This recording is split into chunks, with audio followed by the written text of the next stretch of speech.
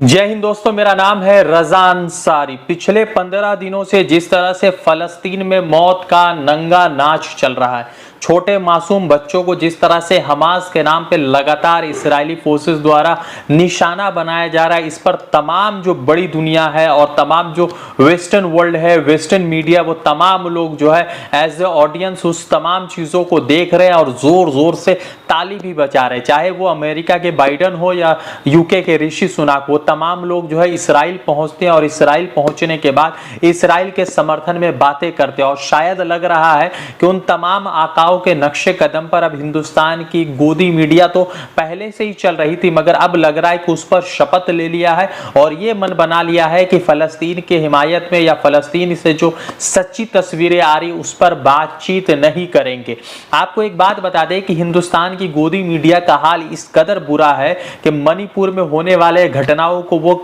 जो है रिकॉर्ड करने के लिए नहीं जाते। इनका हाल इतना बुरा है कि अगर बक्सर में ट्रेन दुर्घटना होगा तो इसमें ये नहीं जाएंगे, और हाल इस कदर बुरा है कि अगर उड़ीसा के बालासोर में ट्रेन दुर्घटना होगा तो इस्कॉन के टेम्पल को जो है ये तमाम लोग मस्जिद बता देंगे और शुक्रवार का हवाला देते हुए उसको अशुभ दिन बनाकर हिंदू मुसलमान का एंगल तलाश कर देंगे उसमें से। आपको मालूम है कि इस गोदी मीडिया में जो है एक और जो है एक ऐसी पत्रकार है जो लगातार नफरत परोसती है, लगातार विभाजनकारी बातें करती है और लगातार पक्षपात करती है। उस महिला का नाम है रूबिका लियाकत। अपने आप को बहुत बड़ी पत्रकार मानती है और गोदी मीडिया के तमाम पत्रकारों में जो है पहले नंबर में जो है इनका आप नाम ले सकते हैं। ये मोहतरमा जो है इसराइल गई हुई है और इसराइल में जो है हमास और इसराइल के बीच में होने वाले जंग को लगातार ये रिकॉर्ड कर रही है और लोगों तक पहुंचा रही है और पक्षपात मुकम्मल कर रही है। क्योंकि फलस्तीन के अहली हॉस्पिटल पर जब बॉम्ब गिरता है,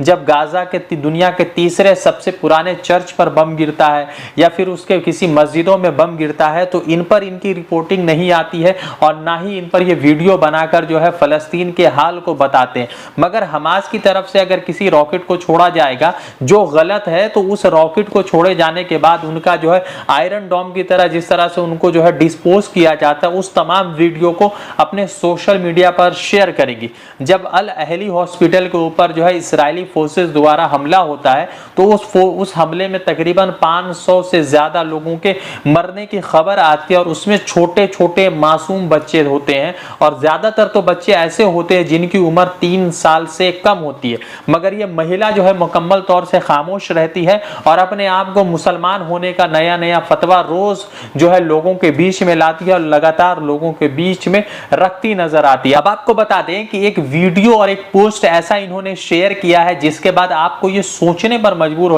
होना पड़ेगा कि जिस तरह से ये अपने डिबेट में अपने तमाम जो गेस्ट है उनको बोलने की अनुमति नहीं देती, अब ऐसा ही कुछ ये अपने जो है वीडियोस में भी करती नजर आ रही है। और जो लोग आवाज उठा रहे हैं, जो फलस्तीन के हक में आवाज उठा रहे हैं, उनको ये रोकने की कोशिश कर रही है। महाराष्ट्र के समाजवादी पार्टी के एक बड़े लीडर हैं, विधायक भी है, जिनका नाम है अबू आसिम आजमी। वो लगातार जो है फलस्तीन के मसले पर अपनी राय देते नजर आ रहे हैं। हालांकि देश के तमाम बड़े दिग्गज लीडर, कई सारे भाजपा के लीडरों ने भी कहा है कि फलस्तीन के साथ जो इसराइल कर रहा है वो गलत हो रहा है। तो इस पर जो है लगातार अबू आसिम आजमी अपनी राय दे रहे हैं। महाराष्ट्र में एक उन्होंने सभा किया था और उस सभा में फलस्तीन की हिमायत में, उनके समर्थन में जो है नारे लगे थे और फ्री पैलेस्टीन की बातें चल रही थी। उसी बीच ये मोहतरमा आती है और ये जो है आजमी साहब को नए नए विचार देने लगती है और सच का पाठ पढ़ाने लगती है। और इन्होंने अपना एक ट्वीट पर उस तमाम जो है अबू आसिम आजमी के तमाम फोटोज को जो उन्होंने ट्विटर पर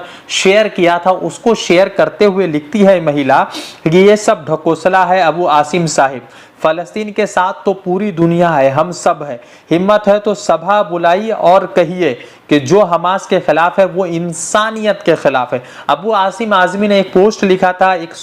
अपने तमाम फोटोज को शेयर किया था, जिसमें उन्होंने लिखा था कि मुंबई शहर के इंसाफ पसंदों का दुनिया को पैगाम, जो फलस्तीन के साथ है हम वही इंसानियत के साथ है। तो ये तमाम फोटोज उन्होंने शेयर करके लिखे थे, जिसका दर्द जो है ये मोहतरमा रूबिका लियाकत को हो रहा। दूसरी तरफ मोहतरमा रूबिका लियाकत एक जो है पत्रकार है, एक मीडिया पर्सन है, उनके चैनल को तो नाम मुझे नहीं पता, मगर वो जो है इस इस रुबिका लियाकत का इंटरव्यू करती हैं